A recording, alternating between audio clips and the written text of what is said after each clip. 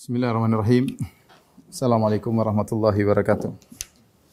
Alhamdulillahi ala ihsanih wa syukru lahu ala taufiqihi wa amtinanih. Asyhadu an la ilaha illallah wahdahu la syarika lahu ta'ziman li sya'nih wa asyhadu anna Muhammadan abduhu wa rasuluhu da'ila ridwanih. Allahumma salli alaihi wa ala alihi wa ashabi wa ikhwanih. Para ikhwan dan akhwat, para jamaah Masjid Tarbiyah yang dirahmati oleh Allah Subhanahu wa taala. Kita melanjutkan bahasan kita tentang Sirah Nabawiyah. Pada pertemuan sebelumnya kita sudah membahas tentang perjanjian Al-Hudaybiyah dan juga sebagian kejadian setelah perjanjian Al-Hudaybiyah. Di antara kejadian-kejadian peristiwa-peristiwa yang terjadi setelah Sulhul Hudaybiyah dan sebelum perang Khaybar adalah Ghazwat Dzi Qarat, yaitu perang yang disebut dengan perang Dzu Qarat ya.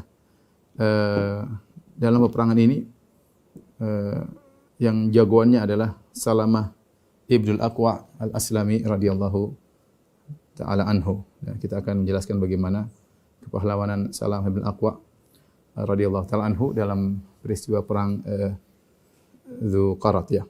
Adapun kejadiannya atau sebab terjadinya perang ini ya, ketika Nabi sallallahu alaihi wasallam pulang dari perjanjian Hudaybiyah, di antaranya Nabi sallallahu alaihi wasallam mengirim ada onta-onta Nabi sallallahu alaihi wasallam, yaitu sekitar 20 ekor onta di suatu tempat namanya Ghabah, Al-Ghabah ya.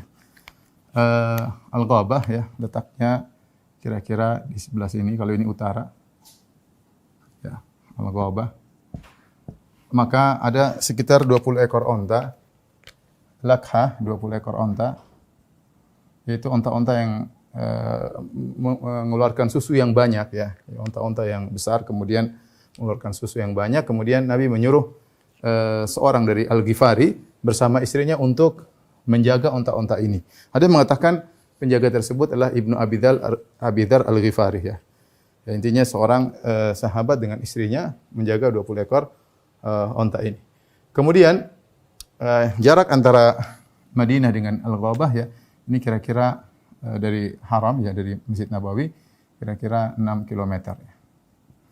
Kemudian ternyata di sebelum subuh, yaitu mungkin di waktu sahur atau ya sebelum subuh, datang 40 orang pasukan berkuda ya dari Najd, yaitu dari kabilah Ghatafan ya, dipimpin oleh Abdurrahman bin Uyainah bin Hasan Al-Fazari. Ya, maka dia pun datang dengan 40 pasukan berkuda, lantas kemudian dia merampas 20 ekor onta Nabi sallallahu alaihi wasallam ini. Ya, 20 ekor onta Nabi sallallahu alaihi wasallam ini. Kemudian dia membunuh lelaki Al-Ghifari tersebut radhiyallahu anhu, kemudian dia menawan istrinya. Istrinya ditawan oleh mereka. Kemudian mereka pergi. Tentu arah mereka adalah di sini, di daerah timur ya. Timur Madinah, di daerah Ghatafan. Ya. Mereka menuju ke kampung mereka membawa 20 ekor onta tersebut. Akhirnya ketika itu qadarullah kebetulan Salamah Ibnul Aqwa Al-Aslami radhiyallahu ta'ala anhu sedang pergi menuju Al-Ghabah ya, ke tempat 20 ekor onta ini digembalakan ya. Maka berangkatlah Salamah Ibnul Aqwa bersama, dia membawa kudanya Talha bin Ubaidillah, dan dia bersama gulamnya Nabi sallallahu alaihi wasallam itu Rabah ya. Kemudian dia bawa kudanya, kemudian ketika dia keluar menuju ke Ghabah, tiba-tiba bertemu dengan seseorang yang melihat peristiwa ini. Peristiwa bahwasanya ada yang mengatakan adalah budaknya Abdurrahman bin Auf yang melihat peristiwa ini, maka dia pun melaporkan kepada Salamah bin Aqwa, dan ini sebelum subuh. Ini kejadian sebelum subuh, ini kejadian malam mereka curi, kemudian Salamah bin Aqwa ketemu dengan budaknya Abdurrahman bin Auf, kemudian dia kabarkan, wahai Salamah, bahwasanya orang-orang Ghatafan dipimpin oleh Abdurrahman Ibnu Uyainah bin Hasan Al-Fazari telah merampas 20 ekor onta Nabi sallallahu alaihi wasallam. Maka Salamah kebetulan dia bawa pedang dan dia bawa anak-anak panah, semua lengkap dengan busurnya. Maka dia suruh Rabah segera membawa kudanya Talha bin Ubaidillah, suruh kembalikan kepada Talha bin Ubaidillah. Kemudian Salamah balik menuju kota Madinah, maka dia naik di sebuah bukit yang cukup tinggi, maka kemudian dia berteriak. Dia berteriak dengan suara yang sangat lantang. Dia mengatakan, "Ya Sobahah." 3 kali dia berteriak. "Ya Sobahah," dengan suara yang sangat keras. "Ya Sobahah," sehingga suaranya sampai ke kota Madinah. Ya, artinya berkilo-kilo. Sebagian ulama mengatakan, seperti Nawawi dan yang lain, bahwasanya ini kemungkinan besar adalah karamah, yaitu khawariqul adah. Karamah, bagaimana suara dia bisa sampai kedengaran. Ya, mungkin saja karena malam, tapi intinya suaranya sangat keras. Sehingga suaranya terdengar oleh Nabi SAW, terdengar oleh para sahabat ini sebelum subuh.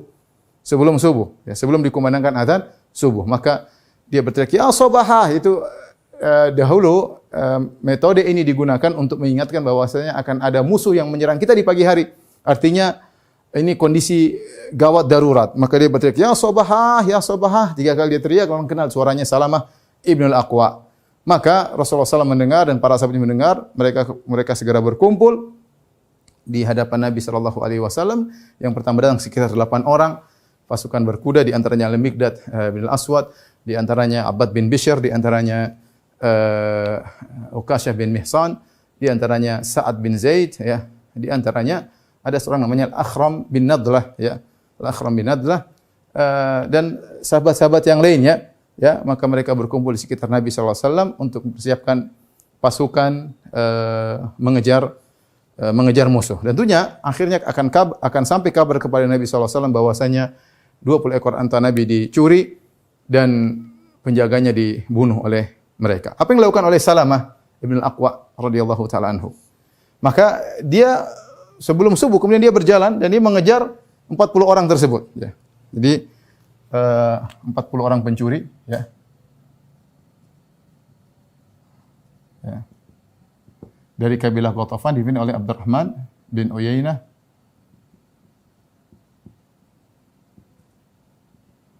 bin Al-Hasan Al-Fazari. Ya, 40 orang pencuri berpasukan berkuda, ya.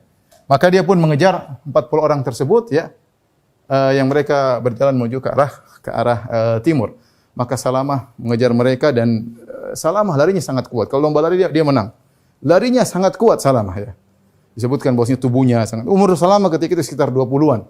Tubuhnya sangat kokoh, keras, seakan-akan batu di badannya. Sehingga kalau dia lari, kalau dia lari sangat cepat, maka dia mengejar mereka. Dan mereka berjalan sambil membawa 20 ekor onta tersebut. Tentu agak lambat, ya.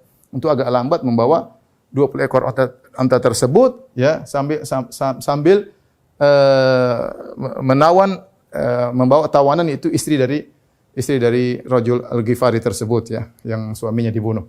Maka Salamah mengejar mereka. Mulailah Salamah mengejar mereka, kemudian Salamah memanahi mereka. Kemudian Salamah berteriak, "Khudha ana binul Aqwa al-yauma yaumu rudda." Dia mengatakan, "Ambil tu panah, ya. Ambil tu anak panah, ya. Aku adalah Ibnul Aqwa dan hari inilah hari kebinasaan bagi orang-orang yang tercela. Yaumul li'am, ya. Ana binul Aqwa, ya. Al-yauma yaumu rudda." Kemudian dia sambil dia mengucapkan syair tersebut, menakut-nakuti mereka. Maka setiap dia panah maka mengenai kuda yang dinaiki, maka kudanya pun terjungkal, kemudian mereka kabur, mungkin naik dengan kuda yang lain. Terus ketika mereka mendekati Salamah bersembunyi di bawah pohon-pohon. Ini masih gelap, masih golas. Antara, ya, mungkin baru azan subuh atau masih remang-remang, sehingga mereka kebingungan melihat Salamah, dan Salamah terus mengejar mereka. Mereka terus lari. Salamah panah lagi. Setiap dia panah, ya, maka mengenai kuda mereka jatuh lagi, ya. Dikejar terus oleh Salamah, akhirnya mereka ketakutan, ya. Mereka ketakutan, maka mereka pun melepaskan onta-onta tersebut. Onta tersebut dilepaskan.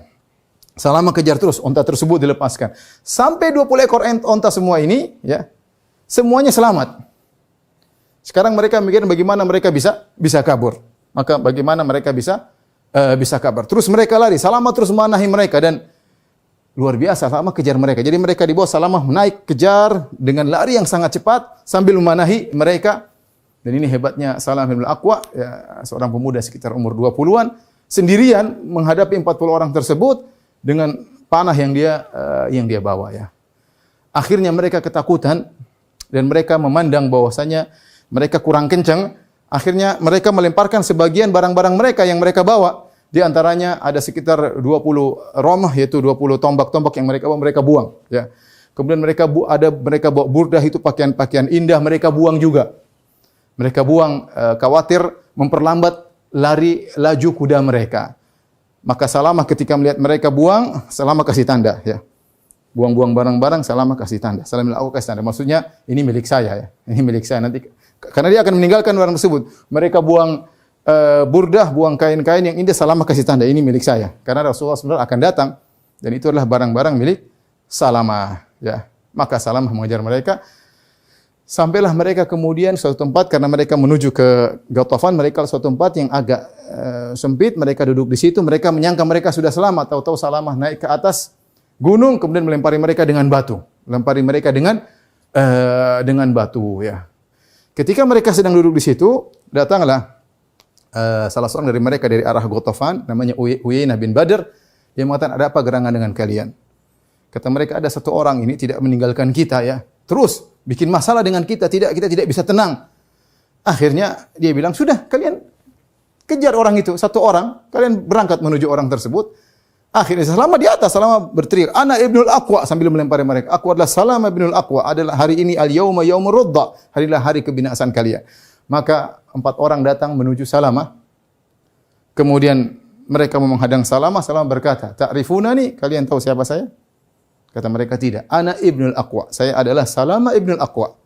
Ya. Saya tidak mengejar seorang dari kalian kecuali saya akan dapati. Dan siapa yang mengejar saya, dia tidak akan balik, ya. Dia tidak akan balik. Maka mereka pun ketakutan ketika ditakuti oleh Salamah Ibnul Aqwa. Akhirnya mereka turun, mereka kabur lagi, ya. Mereka kabur lagi. Salamah tiba-tiba dari kejauhan, ya, Rasulullah SAW ketika datang berita tentang dicurinya 20 ekor onta, maka Rasulullah SAW mengirim pasukan berkuda di luar dipimpin oleh Sa'ad bin Zaid, ya, di antaranya ada Akhram bin Nadlah, ya, suruh berangkat di luar. Ada Abu Qatadah radhiyallahu taala anhu suruh berangkat di luar, sementara pasukan nyusul. Rasulullah SAW bawa sekitar 500 atau 400 pasukan, tetapi pasukan berkuda disuruh jalan di luar untuk membantu Salamah. Ya, akhirnya dari kejauhan muncullah sebagian pasukan Nabi sallallahu alaihi wasallam.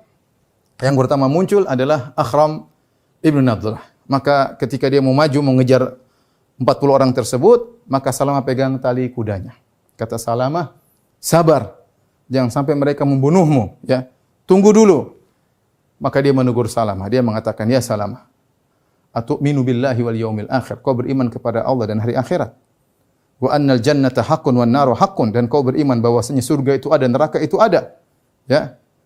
La tahul baini wa baina asyhada. Jangan kau halangi aku dengan mati syahid. Biarkan aku maju.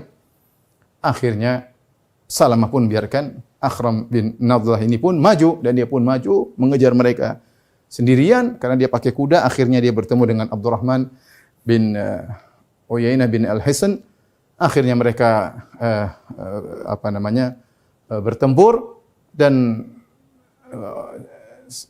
Akhram berhasil membunuh kudanya Uyainah, tapi Uyainah berhasil membunuh Akhram radhiyallahu taala. Akhirnya beliau meninggal mati syahid. Maka kemudian Abdurrahman bin Uyainah bin Hasan Al-Fazari, kemudian dia pun naik ontanya Akhram. Kemudian dia melanjutkan perjalanan kabur.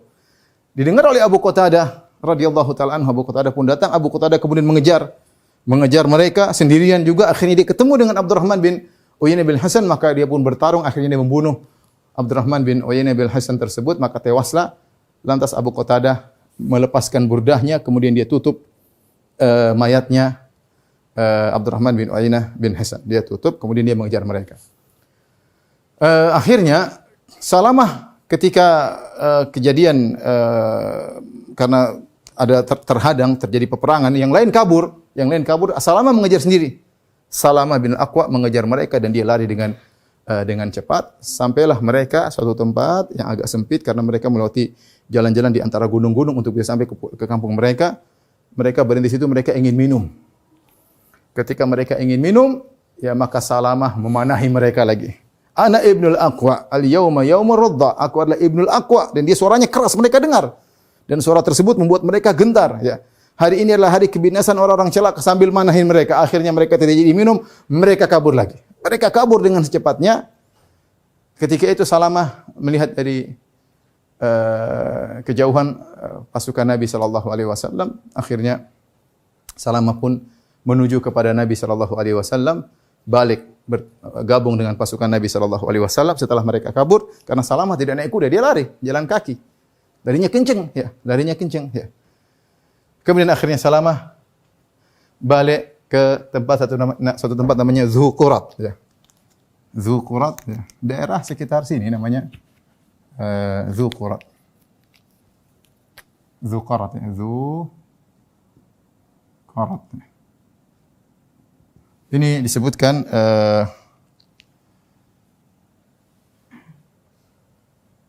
apa namanya? Dari sekitar timur laut kota Madinah dan jaraknya ya, kurang lebih 35 km atau 40 km. Sekitar 35 km. Ketika ini Salamah balik ke Nabi sallallahu alaihi wasallam, ternyata sudah terbenam matahari ke Nabi sallallahu alaihi wasallam. Jadi seharian penuh dia mengejar mereka sambil manahin mereka, ya, sambil lari, dan subhanallah. Dia pun datang Nabi sallallahu alaihi wasallam ketika itu sedang disembelihkan onta, kemudian Nabi sallallahu alaihi wasallam makan dari kabid, dari hati onta, ya, kemudian Salamah datang, ya, menemui Nabi sallallahu alaihi wasallam sambil terengah-engah, dia berkata, "Ya Rasulullah." Rasulullah bawa 500 pasukan. Kata Rasulullah, "Kirim 100 orang sama saya ingin habisi mereka." Masih semangat Salamah. "Ya Rasulullah, mana 100 orang? Kirim sama saya ingin mengejar mereka." Kata Rasulullah sallallahu sambil tertawa, ya, dan nampak apa namanya putih giginya Nabi sallallahu alaihi wasallam. Rasulullah SAW lihat bagaimana semangatnya Salamah 20 tahunan, ya. Bagaimana seharian penuh dia berperang melawan mereka, ya. Dan semua onta-onta bisa dia selamatkan, bahkan di antara orang tersebut ada yang meninggal, ya, dan yang lainnya, ya. Maka Rasulullah berkata, "Akunta fa'ilan dzalik wa Salamah, kau ingin betul-betul ingin memerangi mereka?" Kata Salamah, "Iya ya Rasulullah, kirim 100 orang bersama saya ingin menyerang mereka." Kata Rasulullah SAW, "Ya Salamah, wahai Salamah, malaktah fa asjih." Sudahlah, kau sudah menang, ya. Dan sudahlah, maafkanlah mereka. Artinya Rasulullah SAW mengatakan sudah selesai, ya. Innahum yukrawna fi ardi al-Ghatafan. Mereka sudah sampai di kampung mereka dan mereka sekarang Isya, mereka sudah makan malam di sana, sedang dijamu oleh keluarga mereka di Ghatafan, ya. Sehingga Nabi SAW mengatakan, ya sudahlah. Artinya sudah, onta-onta sudah pulang. Memang benar ada yang meninggal di antara kita, yaitu Ghifari, ada juga Akhram bin Nadlah, tapi mereka banyak yang lebih meninggal, ya, sekitar 5 orang atau lebih daripada itu. Ya sudah, kata Nabi SAW, sudah cukup, ya. Sudah cukup. Yaitu Rasulullah SAW, lihat bagaimana akhlak Nabi SAW, sudah cukup. Mereka sudah kita kalahkan, mereka sudah kabur, ya, sudah cukup, ya. Kemudian datanglah, ya, bagaimana dengan wanita yang ditawan tersebut, ya, istrinya dari lelaki Al-Ghifari tersebut. Wanita tersebut ternyata ketika mereka mulai kabur, ya, dan mereka meninggalkan onta-onta mereka, maka dia pun mendatangi setiap onta untuk dia naiki, tapi onta tersebut mengeluarkan suara. Dari 20 ekor onta itu mengeluarkan suara, ya, mengeluarkan suara. Sampai datanglah dia kepada onta Rasulullah sallallahu alaihi wasallam. Kalau nggak salah namanya Adba, ya. Dia pun naik ke onta Rasulullah sallallahu alaihi wasallam. Kemudian ternyata ontanya Rasulullah SAW tidak mengeluarkan suara. Maka dia pun segera naik onta tersebut menuju kepada Rasulullah SAW, melarikan diri, dan dia bernadar, kalau Allah menyelamatkan aku, ya, dengan onta ini, aku bernadar akan menyembelih onta ini. Ya. Jadi dia bernadar, wanita ini, kalau, ya, aku selamat, Allah selamatkan aku dari mereka dengan naik onta ini, aku akan menyembelih onta ini. Ketika dia sampai kepada Nabi SAW, ya, dia berkata, "Ya Rasulullah, aku selamat dengan unta ini dan aku bernazar, aku akan menyembelih unta ini." Rasulullah SAW merah, kata Rasulullah SAW, "Bi sama jazaitiha." Ya. Seburuk-buruk balas budi yang kau berikan kepada unta ini sudah menyelamatkan kamu kok mau menyembelih dia, ya. Maka Rasulullah SAW mengatakan, "La nadhara fi ma'siyatillah."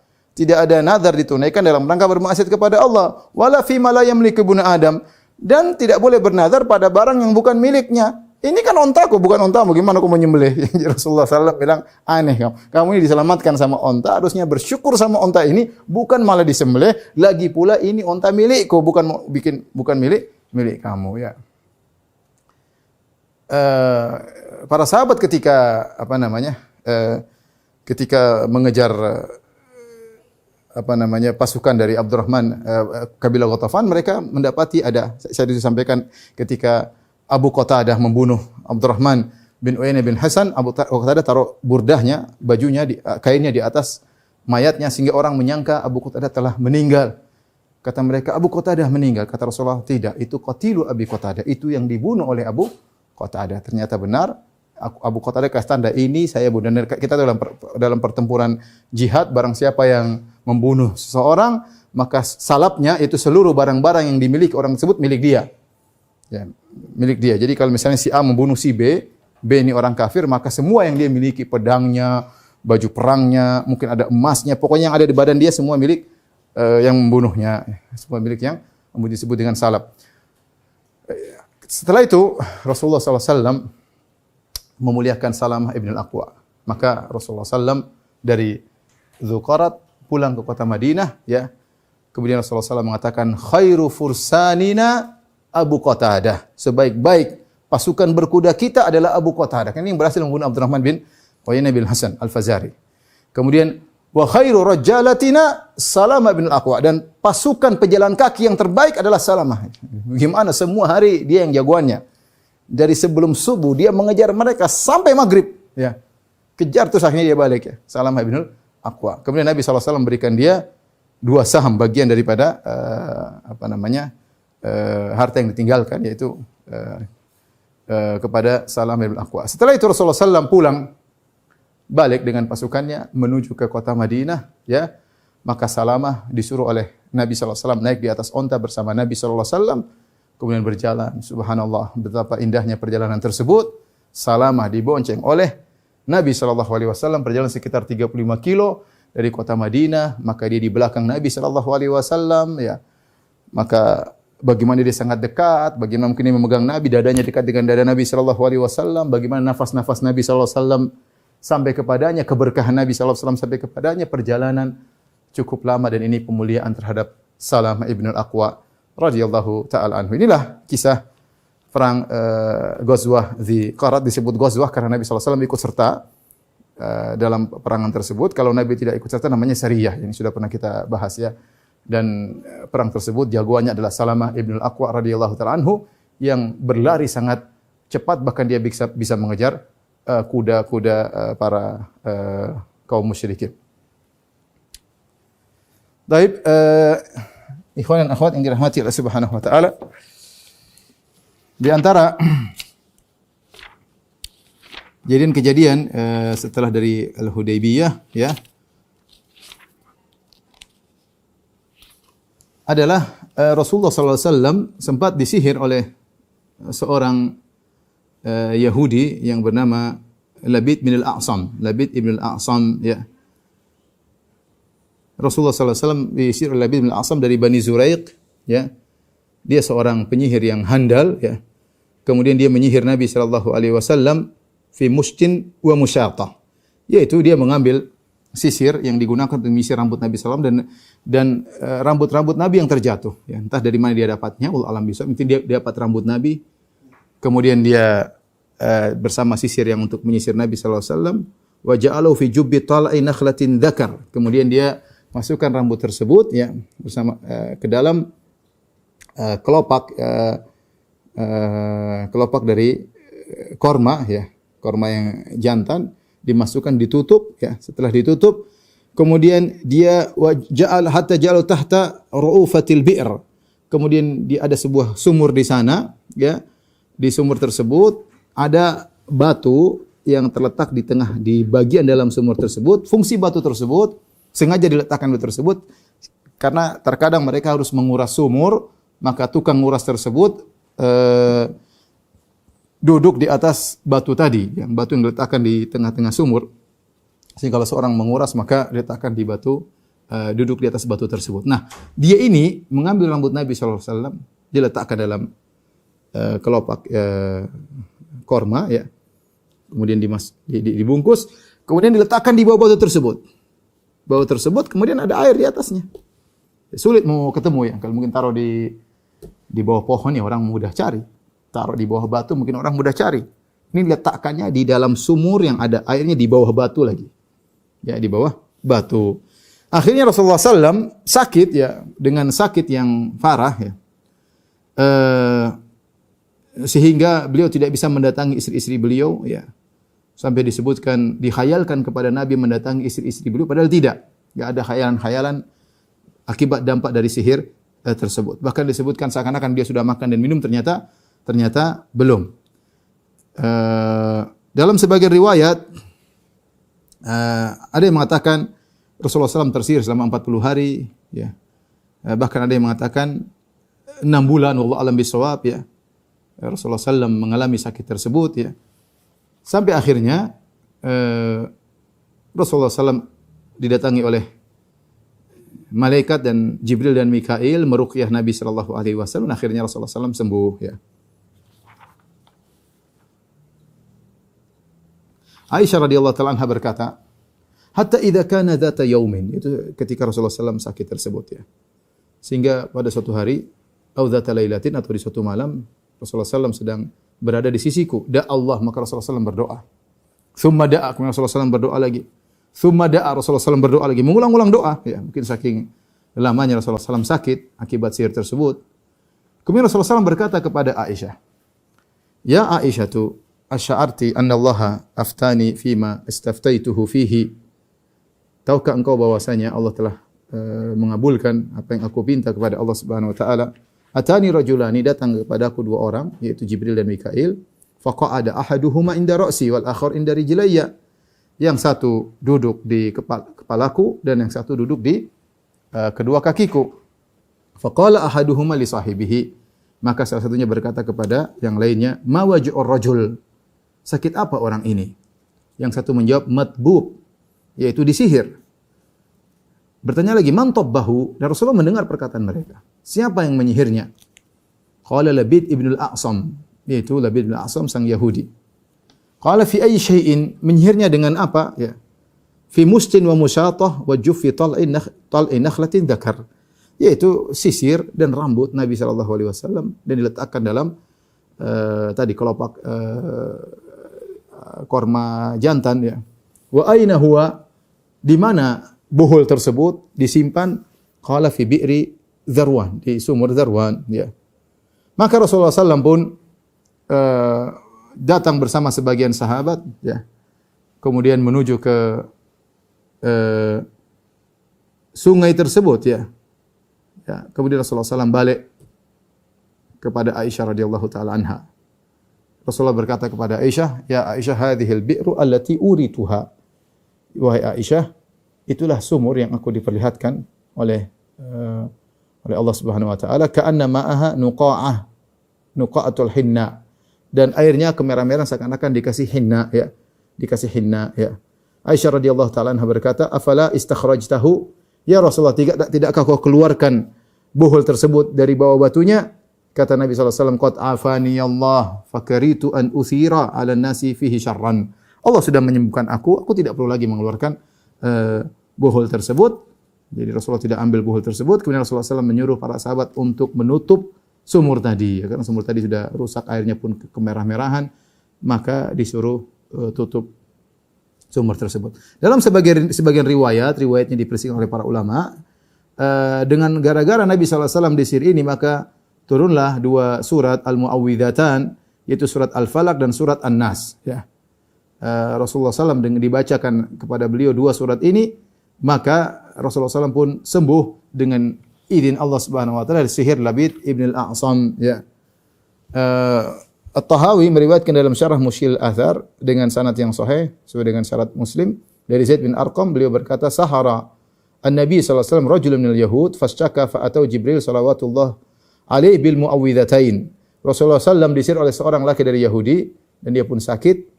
Maka datanglah Jibril alaihi salam dengan membawa al-muawwidhatain, yaitu qul a'udzu birabbil falaq dan qul a'udzu birabbin nas. Dalam hadis yang lain dari Uqbah bin Amir radhiyallahu anhu, Rasulullah SAW berkata, unzilat alayya suratan. Diturunkan kepadaku dua surat. Fata'awwadhu bihinna. Maka hendaknya kalian berlindung kepada Allah dengan dua surat ini. Fa innahu lam yuta'awwadh bimithlihinna. Maka tidak ada surat yang ampuh seperti dua surat ini, yakni al-muawwidhatain. Qul a'udzu birabbil falaq, ya, dengan qul a'udzu birabbin nas. Jadi Dua surat ini adalah termasuk dua surat yang paling ampuh dalam melawan sihir, ya, dan dalam melawan syaitan, dalam melawan jin, di antara dua surat yang paling ampuh, dan kita harus yakin akan hal tersebut. Maka seorang berusaha menjaga dirinya dengan baca dua surat ini, ya, agar terhindar dari sihir. Alhamdulillah kita baca tatkala zikir pagi, kemudian zikir petang. Kita baca juga sebelum tidur, kita baca juga setelah salat. Ya, alhamdulillah kalau kita sering membacanya, insyaallah Allah akan menjaga kita dari sihir tersebut, ya. Sihir tersebut. Taib. Hadis tentang disihirnya Nabi sallallahu alaihi wasallam, hadis yang sahih, ya. Datang dalam sahihain, ya, dalam sahih Muslim, begini dalam sahih Bukhari, ya. Bahwasanya Rasulullah SAW disihir, ya. Sebagian orang berusaha menolak hadis ini, padahal sahihain, hadisnya sahih. Mereka berdalil kalau Rasulullah SAW disihir. Terus bagaimana dengan wahyu? Wahyu bisa saja tercampur dengan kata-kata yang tidak benar. Dibantah oleh para ulama bahwasanya sihir ini tidak ada kaitan dengan wahyu. Ini semacam sakit, ya, semacam sakit, ya. Oleh karenanya turun surat Muawwidzatain, surat Qul a'udzu birabbil falaq, qul nas, sehingga menghilangkan sihir tersebut, ya. Artinya dalam kondisi Rasulullah tersihir 40 hari tersebut, bukan berarti Rasulullah SAW menyampaikan wahyu kemudian wahyunya tercampur-campur dengan kesalahan Nabi, ya, tidak. Ini hanya semacam sakit yang Rasulullah SAW dikhayalkan seakan-akan dia sudah mendatangi istrinya, menggauli istrinya, ternyata tidak. Atau dikhayalkan seakan-akan dia sudah makan dan minum, ternyata belum. Dan sudah pernah disihir sebelumnya Nabi Musa alaihissalam, ya. Nabi Musa alaihissalam ketika berduel dengan ratusan, ada yang mengatakan banyak sekali tukang sihir Fir'aun, ya. Maka yukhayyalu ilaihi min sihrihim annaha tas'a fa'awjasa fi nafsihi khifatan Musa qulna la takhaf innaka antal a'la. Dalam ayat yang lain, waja'u bi sihrin azim wastarhabuhum waja'u bi sihrin azim. Kata Allah Subhanahu wa taala, mereka mendatangkan sihir yang sangat hebat, membuat orang-orang ketakutan. Sampai sihir para penyihir, karena mereka rame-rame, ada yang mengatakan ratusan, ada yang ribuan, wallahu alam bisawab. Mereka bekerja sama, jadi bukan cuma satu tukang sihir, tapi mereka rame-rame bekerja sama untuk melawan Nabi Musa alaihissalam, sehingga sihir yang mereka buat sangat hebat. Saking hebatnya sampai semua yang hadir tersihir. Di antara yang tersihir adalah Nabi Musa alaihissalam. Nabi Musa alaihissalam, tapi tersihir matanya. Kata Allah, yukhayyalu ilaihi, dikhayalkan kepada Musa, annaha tas'a, seakan-akan tali-tali mereka benar-benar menjadi ular. Fa'awjasa fi nafsi khifatan Musa. Akhirnya Musa takut. Takut karena dia melihat seakan-akan ular tersebut benar-benar ada. Kata Allah, qulna la takhaf, jangan takut. Itu hanya sihir. Ya. Innaka antal a'la, kau akan menang. Maksudnya saya ingin menyampaikan bahwasanya sebelum Nabi SAW juga pernah tersihir Nabi Musa alaihissalam. Nabi Musa juga pernah tersihir. Tetapi sihir tersebut tidak ada kaitannya. Artinya terpengaruhnya sihir tersebut kepada Nabi Musa atau kepada Nabi Muhammad tidak ada kaitannya dengan ismatul wahyi, yaitu tidak ada kaitannya dengan terjaganya wahyu daripada hal-hal yang tidak benar. Ya, ini pembahasan tersendiri, ya. Karena orang yang menolak tentang hadis Nabi disihir menyatakan kalau Nabi disihir berarti nanti wahyu kacau dong. Jawabannya tidak, ya. Justru kemudian Jibril datang membawa surat Qul a'udzu birabbil falaq, qul a'udzu birabbin nas, akhirnya Nabi sallallahu alaihi wasallam disembuhkan. Dan ini sebagai hiburan bagi kita, ya. Ya, benar bahwasanya seorang yang senantiasa menjaga diri dengan baca doa-doa kepada Allah Subhanahu wa taala, insyaallah dihindarkan daripada sihir. Tapi dengan takdir Allah Subhanahu wa taala, Allah menjadikan Nabi pernah tersihir, ya. Dan dengan sebab itu turunlah surat Muawwidzatain, ya, Muawwidzatan, yaitu Qul a'udzu birabbil falaq, qul a'udzu birabbin nas. Ini juga sebagai hiburan bagi sebagian orang-orang yang mungkin tersihir. Namanya kalau Allah kasih ujian, bisa lewat sihir, bisa lewat sakit, bisa lewat yang lainnya. Dan itu akan mengurangi dosa-dosanya, ya, dan mengangkat derajatnya jika dia bersabar menghadapinya. Ya, mungkin kalau antum orang soleh tapi mungkin pernah diuji dengan tersihir, kita katakan bahwasanya Rasulullah SAW juga pernah diuji, ya. Dan ini juga dalil bahwasanya ketika seorang disihir maka dia hendaknya banyak berdoa kepada Allah Subhanahu wa taala. Saya punya kisah, saya sering sampaikan, saya punya kawan ada yang hafidz Quran, dia juga tahu qiraah, kemudian dia disihir. Dia hafidz Quran tapi dia tersihir, mungkin ada yang hasad atau apa, Allah alam bisawab. dan dia sudah berusaha meruqyah dirinya, tetap saja ada sihir tersebut. Sihir mungkin sangat kuat. Bagaimana sembuhnya? Dan dia sampaikan kepada saya, dia mengeluh sakit yang dirasakan, ya, dia bersabar. Sembuhnya, dia hajian di padang Arafah, dia berdoa kepada Allah Subhanahu wa taala. Ya, dia berdoa kepada Allah, tidak meruqyah dirinya, berdoa atau Allah sembuhkan. Jadi kalau kita terkena sihir bisa sembuh dengan sebab-sebab, di antaranya sebab doa kepada Allah Subhanahu wa taala, di antaranya dengan sebab ruqyah. Dengan sebab ruqyah, ya.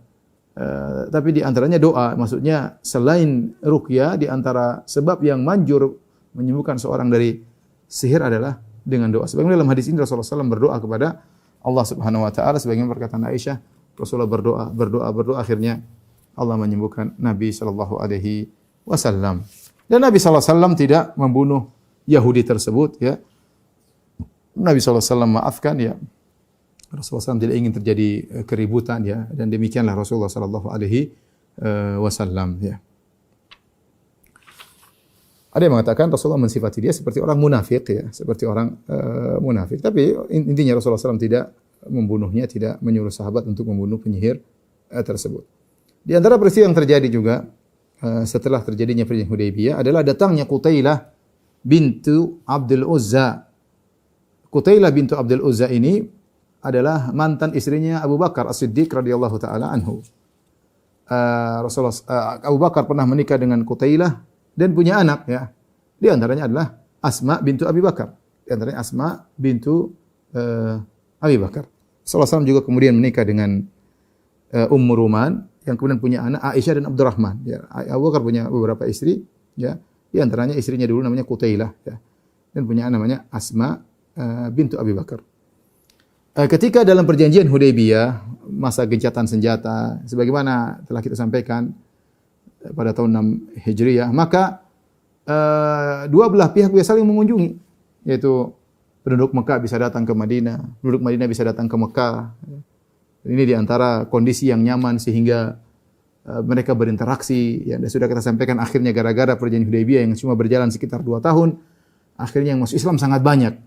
Ribuan, ya mungkin ada sekitar 7.000 orang masuk Islam dalam waktu yang singkat tersebut karena kondisi tenang dan orang-orang musyrik bisa berfikir dengan tenang untuk menerima agama Islam.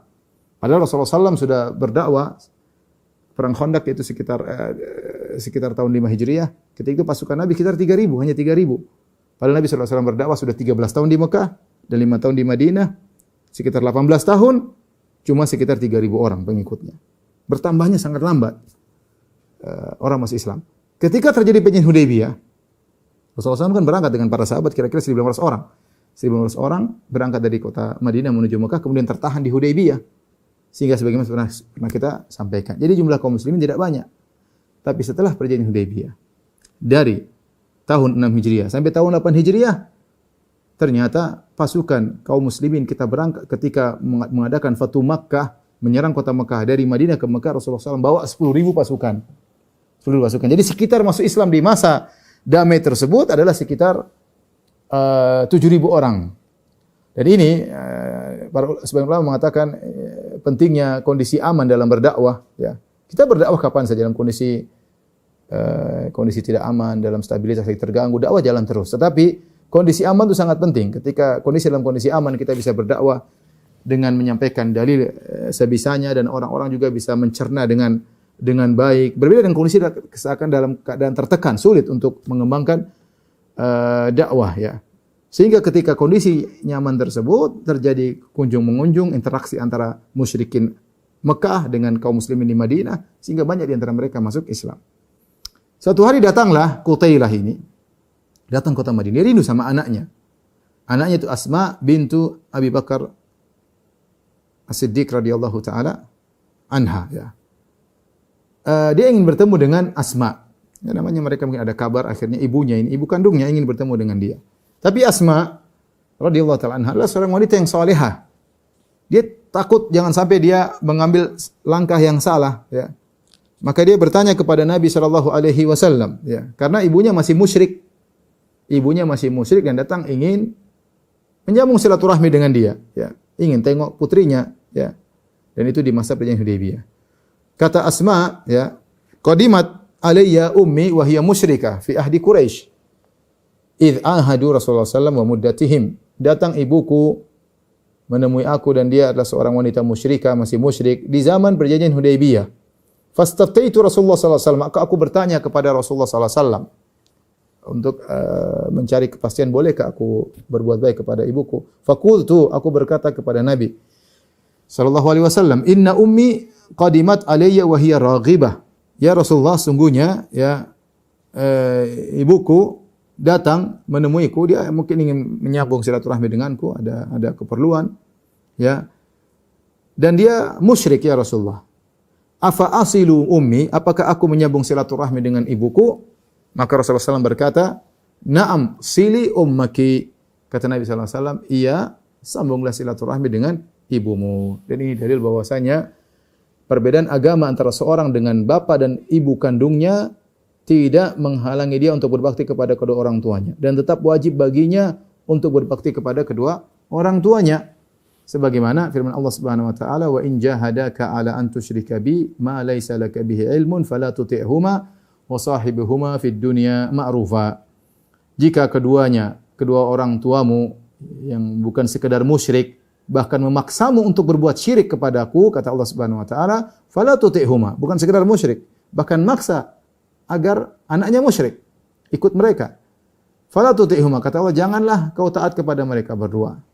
Ya, tetapi kata Allah, wa sahibuhuma fid dunya ma'rufa, hendaknya kau menggauli bersikap dengan mereka dengan sikap yang baik. Ini dalil bahwasanya orang tua meskipun musyrik, meskipun mungkin pelaku maksiat, mungkin orang zalim, mungkin orang tidak salat, mungkin orang kafir, mungkin orang murtad, mungkin apapun, tetap seorang berbakti kepada kedua orang tuanya, ya.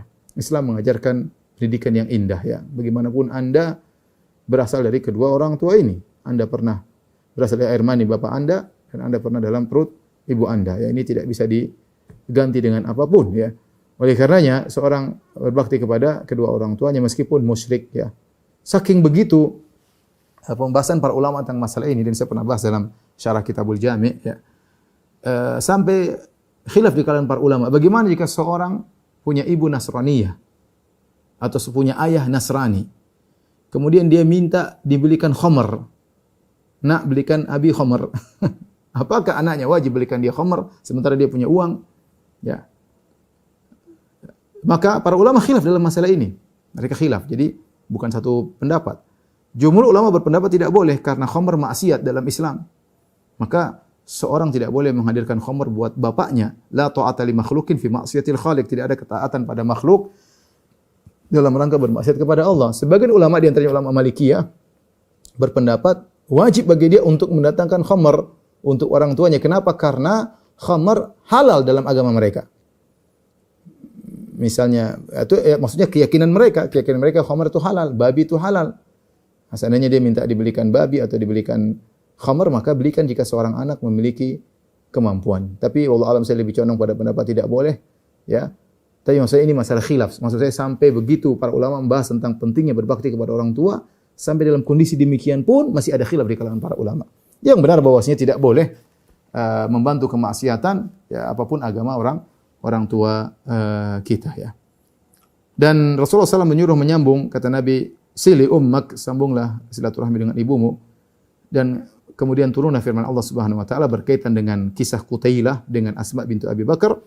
Fa anzalallahu taala, Allah turunkan firman-Nya, la yanhaakumullahu 'anil ladzina lam yuqatilukum fid din wa lam yukhrijukum min diyarikum an tabarruhum wa tuqsitu ilaihim innallaha yuhibbul muqsitin. Innama yanhaakumullahu 'anil ladzina qataluukum fid din wa akhrajukum min diyarikum wa dhaharu ala ikhrajikum an tawallawhum wa may yatawallahum fa ulaika humuz zalimun. Kata Allah Subhanahu wa taala, Allah tidak melarang kalian untuk berbuat baik dan berbuat adil kepada orang-orang kafir yang tidak menyerang kalian, tidak menyerang agama, memerangi agama kalian dan tidak mengusir kalian dari kampung kalian.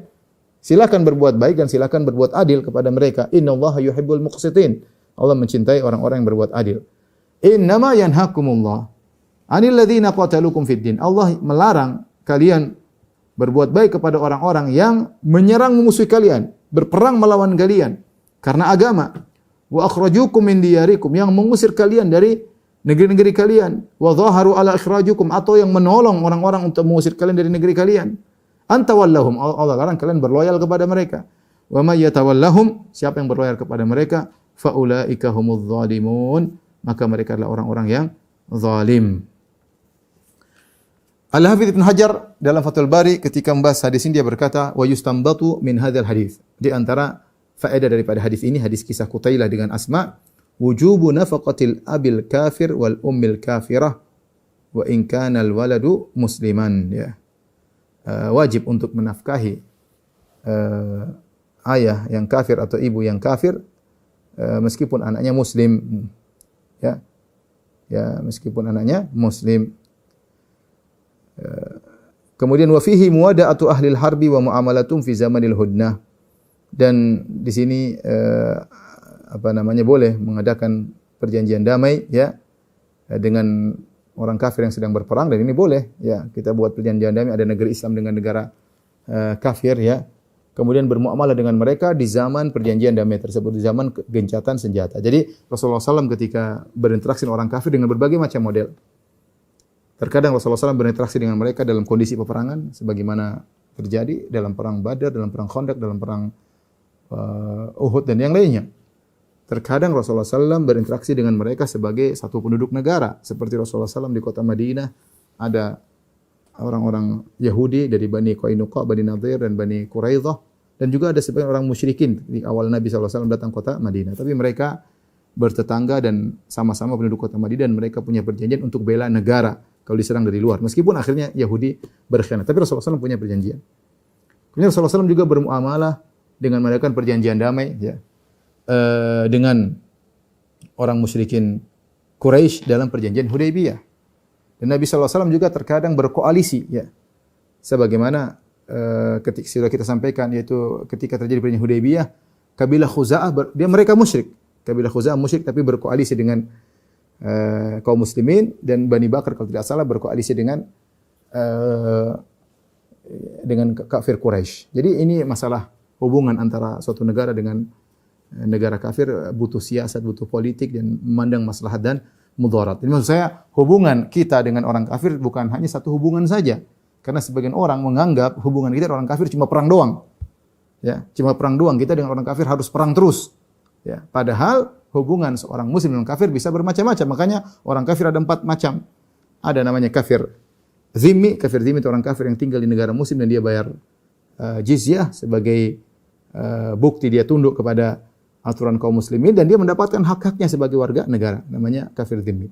Ada namanya kafir mu'ahad. Kafir mu'ahad itu orang kafir dari negara yang punya perjanjian damai dengan negara muslim, ya. Kafir mu'ahad, ya. Kemudian namanya kafir musta'man. Kafir musta'man yaitu kafir di negara yang sedang berperang dengan kita, tapi dia minta pengamanan dan kita harus mengamankan, tidak boleh kita bunuh. Ya, ini semua kafir ini, kafir zimmi, kafir mu'ahad, kafir musta'man tidak boleh dibunuh. Barang siapa membunuh maka dosa besar. Kata Nabi SAW, man qatala mu'ahadan lam yarah raihatal jannah. Barang siapa membunuh kafir yang punya perjanjian damai, dia tidak akan mencium bau surga. Tidak boleh darah mereka, tidak boleh ditumpahkan, harta mereka terjaga. Satu model kafir yang kita boleh bunuh dan kita boleh ambil hartanya, yaitu kafir harbi, yaitu kafir yang berperang. Ya. Namanya berperang wajar. Kalau kita bunuh orang, kita sedang berperang, tidak ada yang mencela. Tidak ada yang mencela karena kalau kita tidak bunuh, dia yang bunuh kita. Tapi kalau kita bunuh 3 kafir model lainnya dalam kondisi aman, kita bunuh. Ya. Ada perjanjian damai, kita bunuh. Ya. Dia minta pengaman, kita berkhianat, kita bunuh. Tentu ini jadi bahan cercaan bagi kaum muslimin. Ini tidak boleh secara hukum syar'i, tidak boleh. Ini saya ingin sampaikan bahwasanya karena ada suara-suara di sana mengatakan hubungan kita dengan orang kafir cuma satu, perang saja. Padahal jawabannya tidak. Rasulullah SAW mengajarkan kepada kita berbagai macam model interaksi kita dengan orang-orang kafir. Wallahu a'lam bishawab. Demikian saja apa yang bisa saya sampaikan pada kesempatan kali ini. Kurang lebihnya saya mohon maaf. Wabillahi taufiq wal hidayah. Assalamualaikum warahmatullahi wabarakatuh.